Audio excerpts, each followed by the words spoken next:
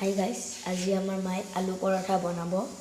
আলু পৰঠাৰ ৰেচিপি এটা পিঁয়াজ, কেইটুকুৰামান নেহুৰ আৰু আদা এটা আৰু 4টা ছলা আৰু এইখিনি এতিয়া আমি মিক্সাৰ মেচিনত দি পেষ্ট কৰিম। গাইস, এয়া আলু বইল কৰি লৈছে মায়ে আলু পৰঠাৰ কাৰণে আৰু এয়া পেষ্টখিনি ভাজি লৈছে। মায়ে আটাখিনি হালধি মাৰি পেলাই হালধি দি পেলাই মাৰি থৈ দিছে কালাৰটো সুন্দৰ আহিবৰ কাৰণে। মায়ে আলুখিনি পূৰা মাৰি লৈছে গিলাচেৰে, চাক একদম পূৰা মিহি কৰি দিছে।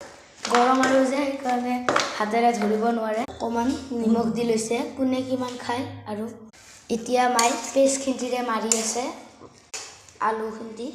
মায়ে এতিয়া মাৰি আছে পেষ্টখিনিৰে আলু, অকণমান আটাৰ নিচিনা হেৰিটো আহি আছে। এয়া গাইছ চাব পাৰে, মই এনেকৈ সৰুকৈ ৰুটি এখন বনাই লৈছোঁ। বনাই দি এতিয়া আলু ভৰাম আৰু মোক দেখাব। এয়া মা আৰু এয়া মই এতিয়া ভৰাই আছোঁ। আলু ভৰাই ল'ব লাগে, এনেকৈ ভৰাই এনেকৈ ধুনীয়াকৈ হাতেৰে থৈ দিব আৰু এনেকুৱাকৈ গোল চেপ দি দিব লাগে গাইছ। হ'ল কটাবিলাক মই এনেকৈ বনাই ল'ম, তাৰপিছত দিম। এয়া ইয়াতে বন্ধাকবি আৰু আলু দি ভাজি আছে, আমি পৰঠাৰ লগত খাম।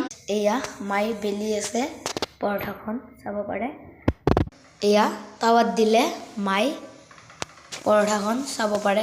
গাইছ, কি বঢ়িয়া কৰি ফুলি গৈছে চাব পাৰে পৰঠাও। এয়া মায়ে এতিয়া তেল দি আছে, চাব পাৰে গাইছ। এয়া তেল দিয়া হ'ল আৰু কি মজা কৰি ফুলি গ'ল তেল দিয়াৰ পাছতেই। গাইছ কি মজাকৈ ফুলি আছে, ইমান বঢ়িয়া লাগি আছে গাইছ। এইখনটো তাৰ ঘৰতকৈও বেছি ফুলিছে। আপোনালোকেও বনাব ৰেচিপিটো যদি ভাল লাগে। বৰ্তমান গাইছ এখেতি আছে আৰু এখন মাৰিলে হ'ল। মায়ে গোটেইখন পৰঠা বনাই শেষ কৰিলে গাইছ। এতিয়া খাব দিব, এতিয়া আমি খাম। বুটৰ চাটনি আৰু কবি ভাজিৰ লগত আমি পৰঠা বনাইছোঁ। আপোনালোকেও ৰেচিপিটো ট্ৰাই কৰি চাব, ভাল লাগিলে লাইক কমেণ্ট শ্বেয়াৰ কৰিব আৰু একদিন বনাই চাব, বহুত সোৱাদ।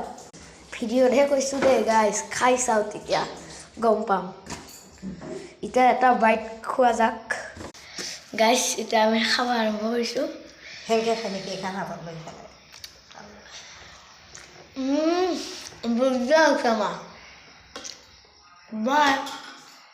ভাল লাগিছে।